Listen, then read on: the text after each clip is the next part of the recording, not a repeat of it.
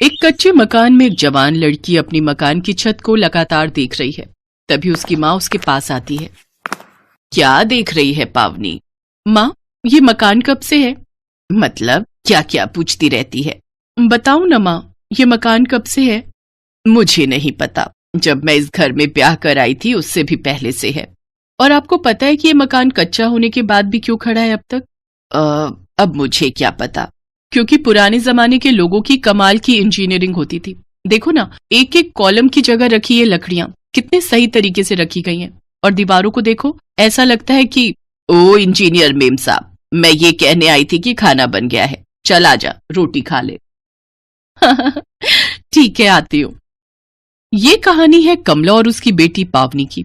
पावनी शहर के एक बड़े कॉलेज से इंजीनियरिंग की पढ़ाई कर रही थी, जबकि उसकी माँ कमला गांव में ही खेती करके अपना और अपनी बेटी पावनी का पेट पाल रही थी। जब भी पावनी को 2-3 दिन की छुट्टी मिलती तो वो अपनी माँ से मिलने गांव आ जाती। अगली सुबह पावनी फिर से शहर के लिए रवाना हो गई और फिर कॉलेज में। अब हाय पावनी, कैसी हो? हाय समीर, मैं एकदम ठीक हूँ, तुम बताओ। अब मैं भी ठीक हूँ। आंटी कैसी है? माँ, वो भी एकदम ठीक है। अच्छा पावनी, कल मेरा बर्थडे है, सारे क्लासमेट्स मेरे घर आ रहे हैं, तुम भी आओ ना। मैं सोच कर बताऊंगी। ऐसे मत बोलो यार, सब आ रहे हैं, तुम भी आना ना प्लीज। अच्छा ठीक है, मैं आऊंगी। पावनी की बात से समीर खुश होकर वहां से चला गया। पावनी बहुत ही समझदार और संस्कारी लड़की थी, इसीलिए समीर पावनी को बहुत पसंद करता था। फर्क इतना था कि पावनी गरीब घर से आती थी, जबकि समीर शहर के बड़े बिल्डर ओम प्रकाश का बेटा था। शाम को पार्टी में समीर के सारे दोस्त आए। जो लड़कियां उस पार्टी में आई थीं, वो सब एकदम मॉडर्न कपड़ों में पहुंची थी, लेकिन एक पावनी ही थी जो साड़ी पहनकर गई थी। फिर पार्टी खत्म होने के बाद, सुनो बेटा समीर, वो जो लड़की साड़ी में आई थी वो कौन थी? पापा वो पावनी है, मेरी क्लासमेट है। अच्छा, मैंने देखा उसे, मुझे बहुत ही संस्कारी लड़की लगी वो। हाँ पापा, वो संस्कारी भी है और बहुत समझदार भी, क्लास में फर्स्ट आती है हमेशा। वैसे उसके हाथ में एक गिफ्ट भी था ना? वो कहाँ है, जरा लेकर तो आओ। ओम प्रकाश के कहने पर समीर पावनी का लाया हुआ गिफ्ट लेकर आया। ओम प्रकाश देखना चाहते थे कि पावनी उनके बेटे के लिए क्या लेकर आई थी। जब ओम प्रकाश ने वो गिफ्ट खोला तो उसमें भगवान गणेश की प्रतिमा थी। तुम्हें पता है कि वो लड़की तुम्हें गणेश जी क्यों देकर गई? अब उसे अच्छे लगे होंगे शायद। बुद्धू, गणेश भगवान बुद्धि के देवता माने जाते हैं, इसीलिए वो तुम्हें गणेश जी की मूर्ति भेंट करके गई है। चलो आओ, इन्हें मंदिर में स्थापित करते हैं। गणेश जी की मूर्ति को मंदिर में स्थापित करने के बाद ओम प्रकाश उस मूर्ति के सामने हाथ जोड़कर खड़े हो गए और बहुत देर तक उस मूर्ति को देखते रहे। ओम प्रकाश को पावनी बहुत ही अच्छी लगी थी और वो ये भी समझ रहे थे कि समीर को भी पावनी अच्छी लगती है, लेकिन अब वो पावनी का मन टटोलना चाहते थे। और फिर एक दिन फोन पर, क्या पावनी आज भी नहीं आई? अरे एग्जाम्स आने वाले हैं, ऐसा कैसे हो सकता है? वो तो एक भी क्लास मिस नहीं करती। चल मैं पता करने की कोशिश करता हूँ। क्या हुआ बेटा, कोई दिक्कत है? पापा, पावनी 3 दिनों से कॉलेज नहीं आ रही है, पता नहीं क्या बात है। तो उसे फोन कर लो। पापा यही तो दिक्कत है, उसके पास फोन नहीं है। तुम चिंता मत करो, तुम कॉलेज जाओ, मैं पता करवाता हूँ। ओके पापा। अब समीर के साथ साथ ओम प्रकाश को भी पावनी की चिंता हो रही थी। शाम तक ओम प्रकाश ने पावनी के बारे में पता लगा लिया। अगली सुबह ओम प्रकाश समीर के साथ अपनी कार में पावनी के गांव की तरफ निकल पड़े। उधर गांव में, मुझे माफ कर दे मेरी बच्ची, तेरे बाबा के जाने के बाद मैं उस मुखिया का कर्जा चुका नहीं पाई, और देख आज मेरी और तेरे बाबा की गलती की वजह से तेरी जिंदगी नरक बनने जा रही है। ऐसा मत कहो माँ, बाबा और आपने जो भी किया वो सब मेरे लिए तो किया, लेकिन अगर मेरी किस्मत में यही लिखा है तो यही सही। कुछ देर बाद पावनी दुल्हन के लिबास में थी, मगर उसके चेहरे पर कोई रंगत नहीं थी। शादी की रस्में शुरू हुई। पावनी को समझ में नहीं आ रहा था कि उसकी जिंदगी अब कहाँ जाने वाली थी, क्योंकि उसका होने वाला पति मंडप में शराब पिए बैठा था और बार बार गिर रहा था। तभी वहाँ एक कार आकर रुकी जिसमें समीर और उसके पापा ओम प्रकाश बैठे थे। पावनी को दुल्हन के लिबास में देखकर और दूल्हे को नशे में देखकर ओम प्रकाश को गुस्सा आ गया। रुक जाओ। तुम कौन हो और शादी क्यों रुकवा रहे हो? मैं कौन हूँ ये जानने की जरूरत नहीं है, लेकिन मैं ये जरूर जानना चाहता हूँ कि क्या पावनी शादी के लिए राजी है? ओम प्रकाश के सवाल को सुनकर वहाँ खड़े सारे लोग चुप हो गए और पावनी रोने लगी। ओह, तो तुम्हारी शादी जबरदस्ती कराई जा रही है। बेटी, तुम्हें ये शादी करने की कोई जरूरत नहीं है। जरूरत नहीं है? अरे ऐसे कैसे जरूरत नहीं है भाई? इसके बाप ने इसकी पढ़ाई के लिए मुझसे 10 लाख रुपए उधार लिए थे हैं, मगर वो तो उधार लेते ही मर गया।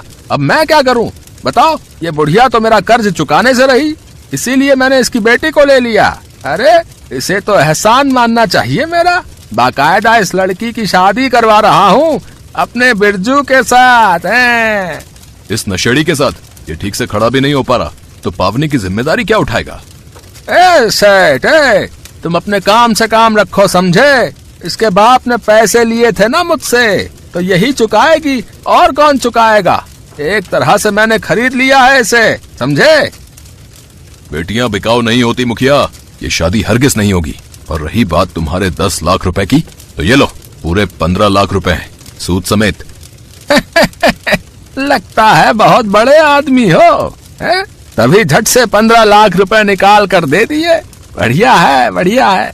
वैसे अब हम तो चले जाएंगे, लेकिन 3-4 लाख इस कमला को भी दे दो, क्योंकि बिना दहेज के इसकी बेटी से शादी कौन करेगा? मेरा बेटा समीर करेगा, अभी इसी मंडप में, वो भी बिना कुछ लिए, समझे? क्योंकि बेटियां खरीदी नहीं जाती, पूजी जाती हैं। अब रुकिए पापा, मैं पहले पावनी से पूछना चाहिए, वो मुझसे शादी करना भी चाहती है या नहीं। इतना कहकर समीर ने बड़ी उम्मीद भरी नजरों से पावनी की तरफ देखा और पावनी आंखों में खुशी के आंसू लिए समीर और उसके पिता के पैरों में गिर पड़ी। और फिर कुछ ही घंटों के अंदर बड़े धूमधाम से पावनी की बारात आई और समीर पूरे सम्मान के साथ उसे ब्याह कर अपने घर ले गया।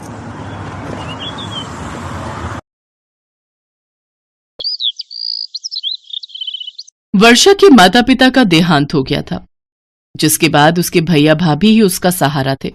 सुबह की पहली भोर के साथ वर्षा जागती और सारा दिन घर के कामकाज में लगी रहती, जबकि उसकी भाभी पानी का गिलास तक नहीं उठाती। एक रोज जब वर्षा का भाई गगन ऑफिस के लिए जाता है, तो उसकी भाभी निशा अपने बिस्तर पर पड़े पड़े वर्षा को जोर जोर से आवाज लगाती है। उसकी आवाज सुनकर वर्षा भागी भागी अपनी भाभी के कमरे में जाती है और डरते हुए बोलती है, क्या हुआ भाभी, कुछ काम है क्या?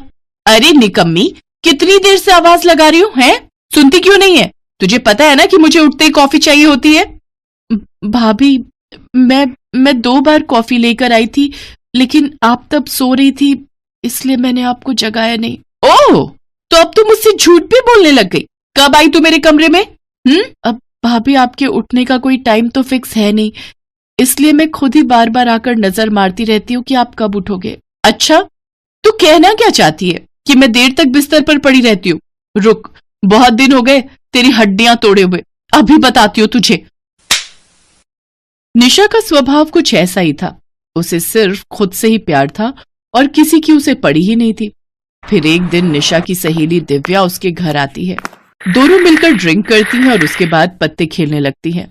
तभी दिव्या निशा से कहती है, यार निशा, बाहर बारिश हो रही है, अगर गरम गरम पकौड़े खाने को मिले तो मजा ही आ जाए। तो रुक, मैं अभी वर्षा को बोलती हूँ। वर्षा, वर्षा, अरे कहाँ मर गई? जी भाभी। जी भाभी की बच्ची, जल्दी से किचन में जा और हमारे लिए गर्मा गर्म पकौड़े बनाकर ला। थोड़ी देर के बाद वर्षा दोनों के लिए पकौड़े बनाकर लाती है। ये देख दिव्या निशा से कहती है, वैसे निशा, तू है तो सचमुच बड़ी ही दिल वाली, तभी तो बिन माँ बाप की इस लड़की को अभी तक अपने घर पर रखा हुआ है। तूने अब तक इसकी शादी नहीं की, अब तो तू जल्दी से इसकी शादी कर दे और अपनी जिम्मेदारियों से छुटकारा पा ले। हाँ, अरे वर्षा, तू अब तक यहाँ क्यों खड़ी है? यहाँ खड़े खड़े हमारी बातें सुन रही है क्या? चल निकल यहाँ से। अरे यार, इस मुसीबत को तो मैं भी जल्द से जल्द अपने घर से भेजना चाहती हूँ, लेकिन इसके लिए कोई लड़का मिले तभी तो। और मैं तो बस इतना ही चाहती हूँ कि भले लड़का कैसा भी हो, लेकिन वो बस दहेज न मांगे और शादी भी सस्ते में ही कर ले। बल्कि मैं तो कहती हूँ कोर्ट मैरिज या मंदिर में ही कर ले, ताकि कोई झंझट भी ना हो और मुझे इस पनौती पर पैसे भी ना खर्च करने पड़े। अगर तुझे पैसे से इतना ही प्यार है तो अपना पैसा लगाने की जगह ऐसा कुछ सोच कि तेरी ननद की वजह से तेरी अच्छी कमाई हो जाए। लेकिन ये कैसे मुमकिन है? अपनी कुंवारी ननद का सौदा करके, और ऐसा करके तेरे एक तीर से 2 निशाने हो जाएंगे।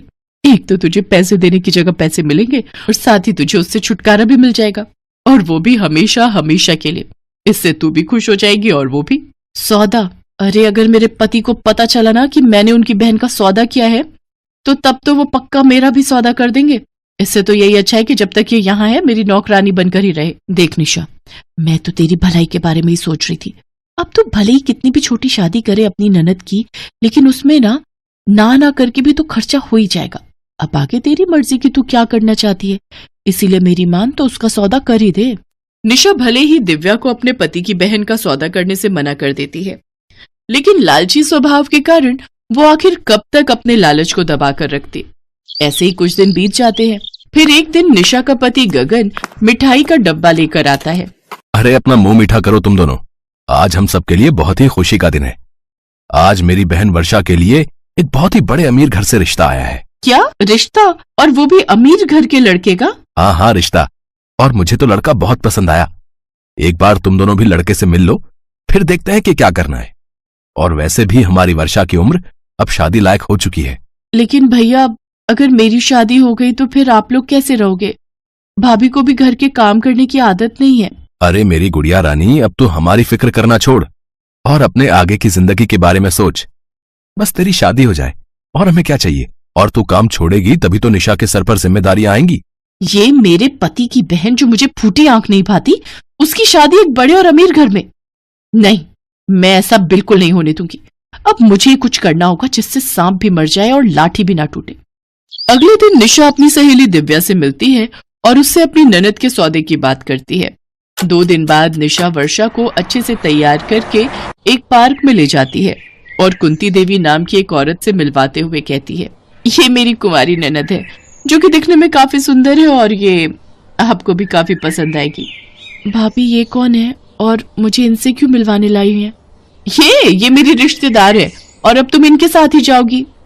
लेकिन क्यों भाभी, मैं इनके साथ क्यों जाऊं? और भैया ये बात जानते हैं क्या? हाँ, उन्हें सब पता है। दरअसल हम दोनों कुछ दिनों के लिए बाहर घूमने जा रहे हैं और उन्होंने कहा था कि मैं तुम्हें अपने किसी रिश्तेदार के घर छोड़ाऊं। इसके बाद निशा कुंती देवी को अकेले में लेकर जाती है और उससे कहती है, मैं अपनी इस ननद का सौदा तुमसे कर रही हूँ। अब आज के बाद तुम उसके साथ कुछ भी करो, मुझे उससे कोई लेना देना नहीं है। एक बार अच्छे से सोच लो, फिर मत बोलना कि इसको वापस भेज दो। अगर एक बार हमारा सौदा पक्का हो गया तो फिर मैं तुम्हें नहीं जानती और ना ही तुम मुझे। ठीक है, तो फिर सौदा पक्का। अपनी ननद का सौदा करके शाम को निशा वापस अपने घर आती है तो गगन उसका इंतजार कर रहा होता है। कहाँ रह गई थी निशा? मैं कब से तुम्हारा इंतजार कर रहा हूँ।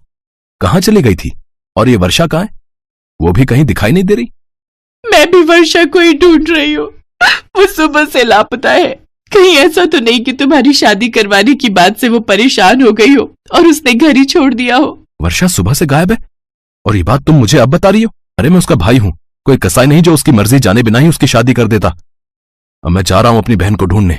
इतना कहने के बाद गगन अपनी बहन की तलाश में निकल पड़ता है, लेकिन फिर भी उसको वर्षा का कहीं पता नहीं चलता।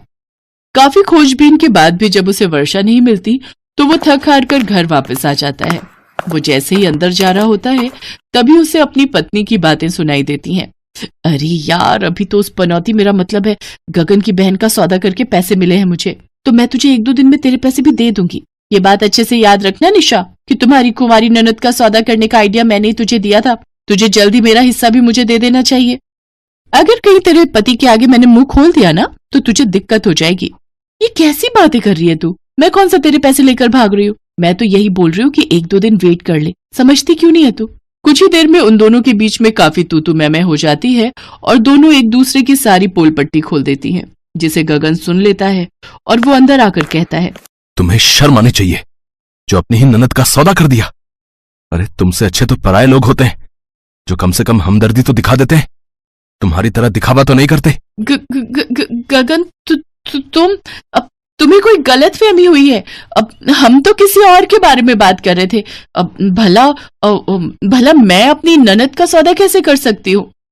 इसके बाद गगन निशा से अपने सारे रिश्ते तोड़ देता है और उसे अपने घर से निकाल देता है और फिर पुलिस की मदद से अपनी बहन को ढूंढ निकालता है और उसे अपने घर वापस